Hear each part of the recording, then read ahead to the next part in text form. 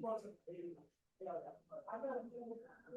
วัสดีครับทุกคนဒီနေ့မှာတော့ကျွန်တော်ကတငယ်ချင်းတို့အတွက်ဒီထိုင်းစားတောက်ဆိုင်တွေကိုဘယ်လိုပြောမလဲသွားပြီးတော့အစားစားတဲ့အခါမှာသုံးတဲ့စကားပြောလေးတွေနဲ့ဒီသုံးလို့ရတဲ့အားလေးတွေကိုပြောပြမယ်ပေါ့နော်ဒီထိုင်းစားသွားစားတယ်ဆိုရင်ไปกินอาหารไทยไปกินอาหารไทย โอเคစားတောက်ဆိုင်ကိုကျွန်တော်တို့ဘယ်လိုပြောလဲဆိုရင်ร้านอาหารร้านอาหารစားတောက်ဆိုင်နောက်တစ်ခုကအစားအစာဘယ်လိုအစားအစာပဲဖြစ်ဖြစ်เนาะအဲ့လိုအစားအစာမှန်သမျှကိုကြတော့ကျွန်တော်တို့ကอาหารอาหารอาหารโอเคဒီတောက်เสียအေးအစုံပေါ့เนาะတောက်เสียဘာပဲဖြစ်ရေပဲဖြစ်ဖြစ်ကော်ဖီပဲဖြစ်ဖြစ်ဒီဘီယာပဲဖြစ်ဖြစ်ဆိုတာပဲဖြစ်ဖြစ်အဲ့လိုမျိုးအရာတွေဆိုလို့ရှိရင်เนาะကျွန်တော်တို့ကเครื่องดื่มเครื่องดื่มเครื่องดื่มလို့သုံးတယ်ပေါ့เนาะတောက်เสียပေါ့အဲ့ဒါအောင်မှကျွန်တော်တို့ကဒီအဲ့အေးတဲ့ဟိုမှာကျွန်တော်တို့ခွဲထွက်သွားမယ်ဘာကိုခွဲထွက်မယ်ဆိုလို့ရှိရင်ဒီအချိုရည်ပေါ့နော်အချိုရည်လိုပုံစံမျိုးပေါ့နော်အချိုရည်မှာကျွန်တော်တို့အသီးဖြော်ရည်စစ်စစ်ပေါ့နော်အသီးဖြော်ရည်စစ်စစ်လိုပုံစံမျိုးဆိုလို့ရှိရင်เนาะน้ำผลไม้น้ำผลไม้น้ำผลไม้လို့ပါတယ်ပေါ့နော်နောက်တစ်ခုအစားအစာဒီသုံးတဲ့အခါမှာကျွန်တော်တို့ဒီစကားပြောလေးတွေကိုသုံးလို့ရပါတယ်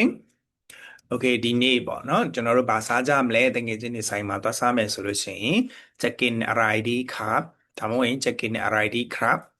เนาะจะกินอะไรดีครับဘာစားကြရင်ကောင်းမလဲจะกินอะไรดีครับနောက်တစ်ခုဘာမှာကြရင်ကောင်းမလဲเนาะတစ်ခုခုကိုကမှားမယ်ပေါ့เนาะမှားတာနဲ့စားတာနဲ့ကတော့အတူတူပြောချင်တာပဲဒါပေမဲ့ကိုကမှားပဲမှားမယ်ဆိုလို့ရှိရင်เนาะจะสั่งอะไรดีครับจะสั่งอะไรดีครับจะสั่งอะไรดีครับจะสั่งอะไรดีครับ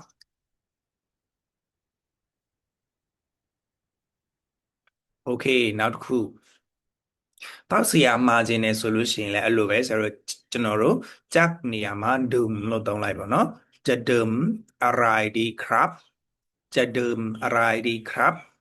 จะดื่มอะไรดีครับအဲ့လိုသုံးမယ်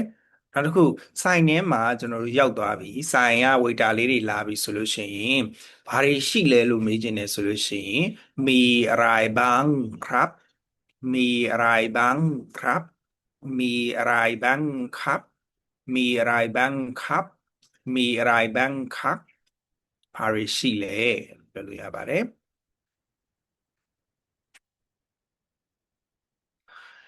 အဲ့ဒီစကားလို့အဲ့လိုမျိုးတော့ပြီးသွားတာလည်းဖြစ်လို့ရသလိုတကယ်လို့သူတို့လာပို့ရဲဆိုလို့ရှိရင်ကိုဟာအရင်ဆုံးမှကိုစားကျင်တာမသိသေးဘူးအဲ့ဒီဆိုင်ကိုရောက်သွားပြီကိုကမီနူးလေးကြည့်ပြီးမှပဲမှာမယ်ဆိုလို့ရှိရင်ขอเมนูหน่อยครับဒါမှမဟုတ်ရင်ขอเมนูหน่อยครับขอเมนูเนาะเมนูหน่อยหน่อยเนาะขอเมนูหน่อยครับครับလို့သုံးလို့ရပါတယ်အဲ့ဒါအောင်မှတကယ်လို့တစ်ခါတလေကြလို့ရှိရင်တချို့ဆိုင်တွေကကြတော့ဒီတန်းစီပြီးတော့စောင့်ရတဲ့ဆိုင်တွေရှိတယ်ပေါ့နော်တန်းစီပြီးစောင့်ရတဲ့ဆိုင်တွေဆိုလို့ရှိရင်တို့ကလာကောက်တယ်ရှိတယ်ပေါ့နော်စရင်ကောက်ထားတယ်အဲ့တော့လူကြီးဘယ်နှစ်ယောက်စာအတွက်လဲလို့မေးချင်တယ်ဆိုလို့ရှိရင်กินกี่คนครับกินกี่คนครับกินกี่คนครับဘယ်နှစ်ယောက်စားမှာလဲပေါ့နော်ဆိုင်ကအရန်ကိုနာမည်ကြီးတယ်လူကိုစောင့်ပြီးစားတဲ့ဆိုင်မျိုးဆိုရင်ဒီ waiter ပဲဖြစ်ဖြစ်ဆိုင်ရှင်ဖြစ်ဖြစ်လာပြီးမေးတယ်ပေါ့နော်กินกี่คนလူဘယ်နှစ်ယောက်လာမှာလဲအဲ့ဆိုသူတို့ကစပွဲအားရင်အားသလိုမျိုးသူတို့ကတုံကင်တမက်လေးတွေနဲ့မှတ်ထားပြီးတော့လာပေးမှာပေါ့နော်ขอกินกี่คนครับกินกี่คนครับဆိုกี่คนဆိုတာကဘယ်နှစ်ယောက်နော် နောက်တစ်ခုကျွန်တော်တို့စားပြီးတောက်ပြီးသွားလို့ရှိရင်เนาะစားပြီးတောက်ပြီးလာလို့ရှိရင်ပတ်စံရှင်းမယ်ပတ်စံရှင်းတဲ့အခါမျိုးမှာဆိုလို့ရှိရင်ပြောမယ်ပေါ့เนาะทั้งหมดทั้งหมดเท่าไหร่ทั้งหมดเท่าไหร่ဒီครับตุคาတို့ကတော့ကိုစေပြတယ်လို့ထည့်ပေါ့เนาะทั้งหมดเท่าไหร่ทั้งหมดเท่าไหร่ทั้งหมดเท่าไหร่ဆိုရင်အကုန်လုံးပေါင်းဘယ်လောက်လဲပေါ့ဒါကိုစားထားတဲ့ပွဲပေါ့เนาะအကုန်လုံးပေါင်းဘယ်လောက်လဲ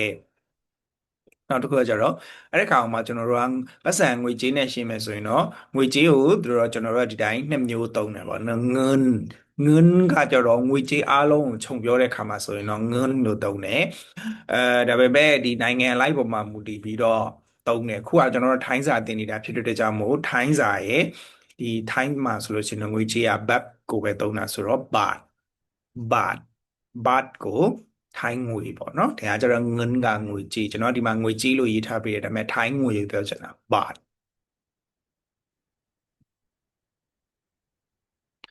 โอเคငွေရှင်းရရင်သုံးမဲ့စကားလုံးဘာလို့သုံးမဲ့စကားလုံးတွေရှိတယ်ပေါ့ကိုယ်အနေနဲ့ဒီဟာကိုဒီ waiter လေးတွေဖြစ်ဖြစ် waitress လေးတွေကိုပဲဖြစ်ဖြစ်ရှင်းတော့မယ်ဆိုလို့ရှိရင် kick เงิน kick เนาะ kick เงินด้วยครับဒါမှမဟုတ် kick เงินด้วยครับ kick เงินด้วยครับเนาะ kick เงินด้วยครับပတ်စံရှင်းမယ်เนาะပတ်စံရှင်းမယ်အဲ့လိုမျိုးပေါ့เนาะ คิดเงินด้วยครับคิดเงินด้วยครับภาษาใช่ไหมအဲ့လိုမျိုးလည်းပြောလို့ရတယ်လို့ขอเชิดบิลได้ไหมขอเชิดบิลได้ไหมขอเชิดบิลဒီ bill ကကြတော့ bill เนาะပေါ်อีလော bill ပေါ့เนาะ bill ကိုဆိုတာကျွန်တော် BD ဘေးစာရွက်ပုံစံမျိုးပြောချင်တာပေါ့နော်အဲ့တော့ third bill ဆိုတော့ဘေးစာရွက်ပေါ့နော်ခေါ် third bill တိုင်းမှာဘေးစာရွက်လေးရနိုင်မလားနော်ဘေးစာရွက်လေးရနိုင်မလားကိုစားထားတဲ့ဘေးစာရွက်ကဘယ်လောက်ကြာလဲသူကဘေးတချို့ကြာလဲဘေးနဲ့စာရွက်လေးထုတ်ပေးတာပေါ့နော်နောက်တစ်ခုကကြတော့အဲ့လိုမျိုးရှင်းတဲ့ခါမျိုးမှာဆိုလို့ရှိရင်ကျွန်တော်တို့ကတချို့ကြတော့နှစ်မျိုးရှင်းတယ်ပတ်စံနဲ့တိုက်ရိုက်ရှင်းတာရှိတယ်နောက်တစ်ခုကကြတော့စကန်ဖတ်ပြီးတော့ရှင်းလို့ရတယ်အဲ့လိုမျိုးဆိုလို့ရှိရင်รับเงินสดรับเงินสดไหมรับเงินสดไหมငွေသားနဲ့လက်ခံလားรับรับรับเงินสดไหมรับเงินสดไหมငွေသားနဲ့လက်ခံလားနော်အဲဆိုဘက်ကလက်ခံနေဆိုရင်ได้လို့သူပြန်ပြောရင်ပြောမယ်မရဘူးဆိုရင်လက်မခံဘူးဆိုရင်ไม่ได้လို့ပြောမှာပေါ့နော်တကယ်လို့ကိုကသူတို့ရှိမှာစကန်ရှိမရှိကိုကသိကျင်တယ်ကိုကလည်းငွေသားအများကြီးမပါဘူးသူတို့ပေးလိုက်တဲ့ဒီသူတို့ရှင်းလိုက်တဲ့အမောင်ကကိုထည့်လာတဲ့ငွေသားနဲ့မလောက်ဘူးများနေတယ်ဆိုလို့ရှိရင်စကန်ได้ไหมสแกนได้ไหมสแกนได้ไหมအဲ့လိုသုံးလို့ရပါတော့เนาะစကန်နဲ့ရှင်းလို့ရလားပေါ့เนาะဂျန်net လောက်ကတော့ငွေသားနဲ့ရှင်းမယ်ပေါ့เนาะအဲ့တော့ငွေသားနဲ့ရှင်းပြီးတော့စကန်တိုင်းမိုင်းစကန်နဲ့ရှင်းလို့ရလားအဲ့လိုသုံးလို့ရပါတယ်โอเคဒါဆိုလို့ရှိရင်